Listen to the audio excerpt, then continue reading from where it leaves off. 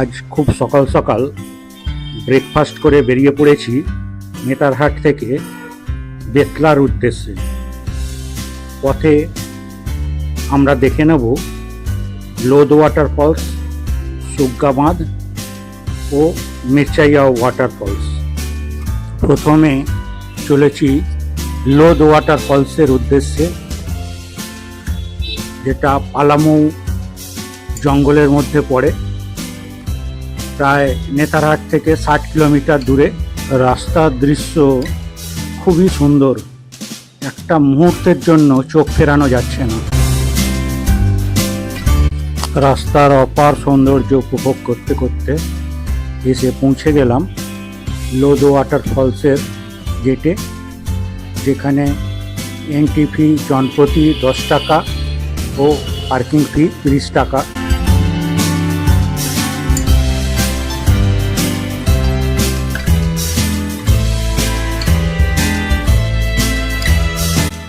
Entry gate থেকে প্রায় half kilometre রাস্তা হেঁটে এসে পৌঁছে গেলাম লোদ ওয়াটারফলসে। লোদ ওয়াটারফলস ঝাড়খণ্ডের সর্বোচ্চ জলপ্রপাত। বুরহা নদী প্রায় 143 মিটার নিচে আছড়ে পড়ে এই জলপ্রপাতটির সৃষ্টি করেছে। জলপ্রপাতের গর্জন সবাইকে মন্ত্রমুগ্ধ করে দিচ্ছে। যদি আপনি প্রকৃতির সৌন্দর্যকে কাছ থেকে অনুভব করতে চান, তাহলে কিন্তু লোদ জলপ্রপাত একবার আসতেই হবে।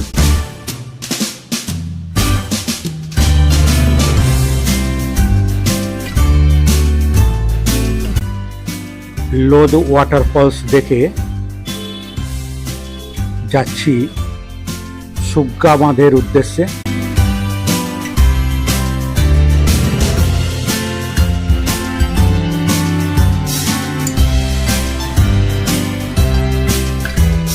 প্রায় 12 কিলোমিটার রাস্তা অতিক্রম করে এসে পৌঁছলাম সুগ্গা বাঁধে।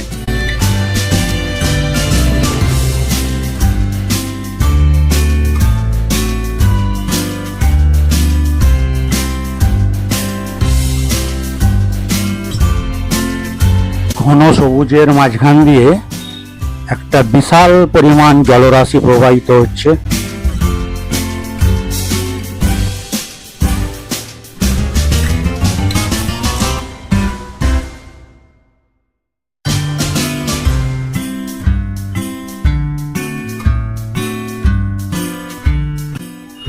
সুগ্গা বাঁধ দেখে চলে এলাম মির্চাইয়া ওয়াটারফলসে।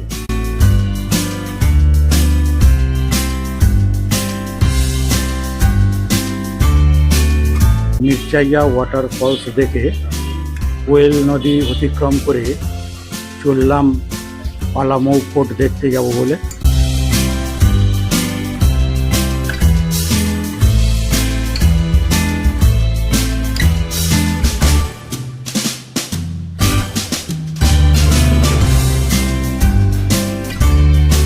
মির্চাইয়া ওয়াটারফলস দেখে প্রায় 35 কিলোমিটার রাস্তা পাড়ি দিয়ে এসে পৌঁছে গেলাম পালামৌ ফোর্টে। এই ফোর্টটা চেরো রাজবংশের শাসকরা 16 শতকে তৈরি করেন। 17 শতকের মাঝামাঝি মুঘল শাসকরা এই দুর্গটা দখল করার চেষ্টা করেছিল, কিন্তু চেরো রাজারা বেশ কিছু সময় পর্যন্ত তাদের প্রতিহত করতে সক্ষম হয়।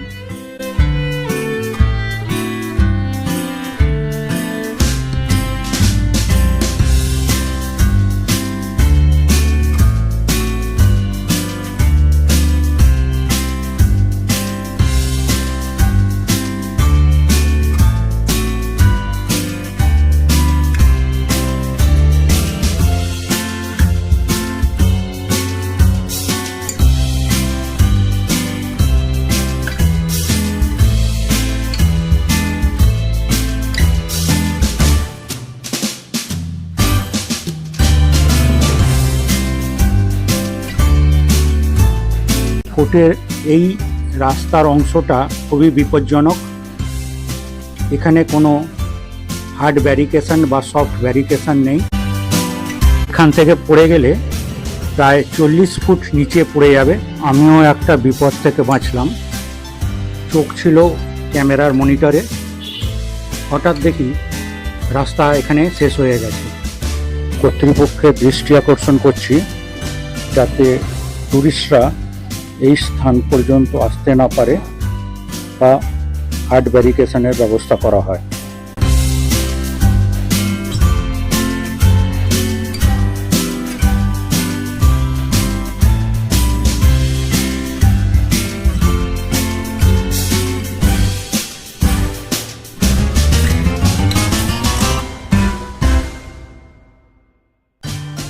পালামৌ ফোর্ট দেখার পর চলে এলাম আমাদের আগে থেকে বুকিং করে রাখা পালামৌ টাইগার রিজার্ভ ফরেস্টের টুরিস্ট কমপ্লেক্সের ডিলাক্স রুমে।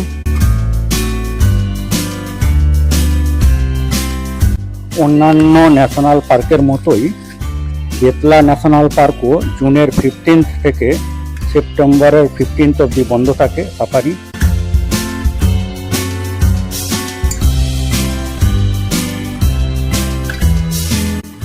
বেতলা সফরের দ্বিতীয় দিনে সকালবেলা তাড়াতাড়ি করে ব্রেকফাস্ট খেয়ে বেরিয়ে পড়লাম কেচকি সঙ্গমের উদ্দেশ্যে। এসে পৌঁছে গেছি কেচকি সঙ্গমে, যেখানে উত্তর দিক থেকে অরঙ্গা নদী আর পূর্ব দিক থেকে কোয়েল নদী এসে মিলিত হয়েছে। এই সঙ্গম স্থলের নিকট যে গ্রামটি তার নাম কেচকি, তাই এটাকে কেচকি সঙ্গম বলা হয়। বেতলা ন্যাশনাল পার্কের গেট থেকে এই জায়গাটার দূরত্ব প্রায় 10 কিলোমিটার। সঙ্গম স্থলের কাছেই রয়েছে ঝাড়খণ্ড গভর্নমেন্টের ফরেস্ট রেস্ট হাউস। এই রেস্ট হাউসটি আমরা বুকিং করতে চেয়েছিলাম প্রায় 4 মাস আগে, কিন্তু তখন থেকেই জানানো হয়েছিল যে রিনোভেশন জব চলছে, তাই বুকিং করা যায়নি। ভেতর থেকে বন্ধ রয়েছে দেখছি। হ্যাঁ, সত্যি এর ভেতরে বালি সিমেন্ট সব পড়ে রয়েছে, কনস্ট্রাকশনের কাজ চলছে। এই রেস্ট হাউসটিতেই শুটিং হয়েছিল প্রখ্যাত চিত্র পরিচালক সত্যজিৎ রায়ের সেই বিখ্যাত সিনেমা অরণ্যের দিনরাত্রি। এই সেই জায়গাটা যেখানে শুভেন্দু চট্টোপাধ্যায় শর্মিলা ঠাকুরকে দেখে লুকিয়ে পড়েছিলেন। সেই বিখ্যাত মেমোরি গেম খেলবার দৃশ্যটা এই লোকেশানে শুটিং হয়েছিল। কেচকি ভ্রমণ শেষ করে এগিয়ে চললুম ম্যাকলাক্সিগঞ্জের উদ্দেশ্যে। চারিদিকে ঘন সবুজ, মাঝখান দিয়ে কালো পিচ ঢালা রাস্তা।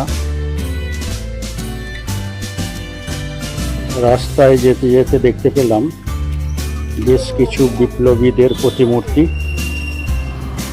এখন এসে পৌঁছে গেছি ম্যাকলাক্সিগঞ্জ রেলওয়ে স্টেশনে। রাঁচি থেকে প্রায় 65 কিলোমিটার দূরে ম্যাকলাক্সিগঞ্জের অবস্থান। 1930-এর দশকে বেশ কিছু অ্যাংলো ইন্ডিয়ান এই শহরে বসবাস করবার জন্যে এই শহরটাকে গড়ে তোলে। এই শহরটা একসময় মিনি ইংল্যান্ড নামেও খ্যাতি পেয়েছিল। খুবই শান্ত নিরিবিলি একটা প্ল্যাটফর্ম। কয়েকজন রেলওয়ে স্টাফই এখানে কাজ করছে। কোনো যাত্রী কিন্তু চোখে পড়ল না।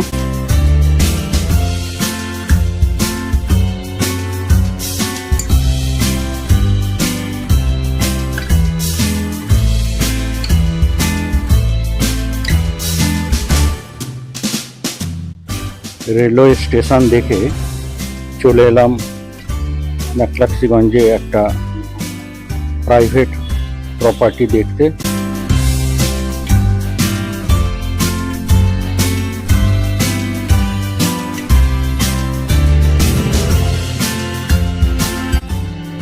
রাস্তার দুধারে বেশ অনেকটা করে জায়গা নিয়ে ব্রিটিশ আমলের ভগ্নপ্রায় বাংলোগুলো দেখা যাচ্ছে।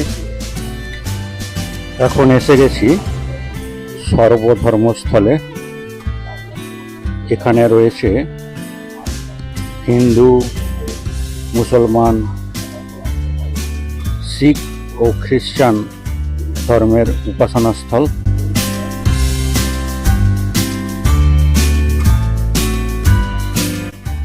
এটি একটি গুরুদুয়ারা।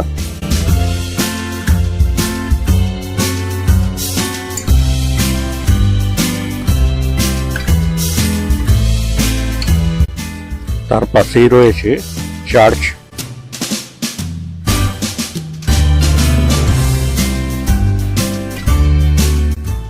এখানে রয়েছে মন্দির।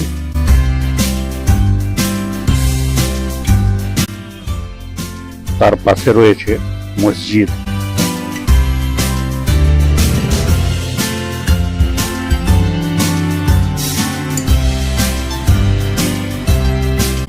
যার गाड़ीते করে আমরা বেতলা ও मैक्लाक्सीगंज ঘুরলাম, नाम तार सुखेन। बताइए तो। 9304920525। খুবই সুন্দর ব্যবহার, মাঝে মাঝে বাংলায় বুঝিয়ে দিচ্ছে যারা হিন্দি বোঝে না। তার থেকেও বড় কথা হলো ফটোগ্রাফার, যারা ফটোগ্রাফার সঙ্গে করে আনেনি, সেলফি তুলতে অসুবিধে হচ্ছে, তাদের ফটোও তুলে দিচ্ছে সুখেন এবং গাইডেরও কাজ করছে। এবার আসা যাক থাকবেন কোথায় বেতলাতে এসে। বেতলাতে ঝাড়খণ্ড ট্যুরিজমের বনবিহার হোটেল আছে, তাছাড়া পালামৌ টাইগার রিজার্ভ ফরেস্টের টুরিস্ট কমপ্লেক্স আছে, ট্রি হাউসও তাতে আছে, বেশ কয়েকটা প্রাইভেট হোটেলও আছে। मैक्लाक्सीगंजे থাকতে চাইলে বেশ কয়েকটা প্রাইভেট প্রপার্টি রয়েছে। বেতলা ও मैक्लाक्सीगंज ভ্রমণ শেষ করে ফিরে চললাম রাঁচির উদ্দেশ্যে। সবাই ভালো থাকবেন, সুস্থ থাকবেন।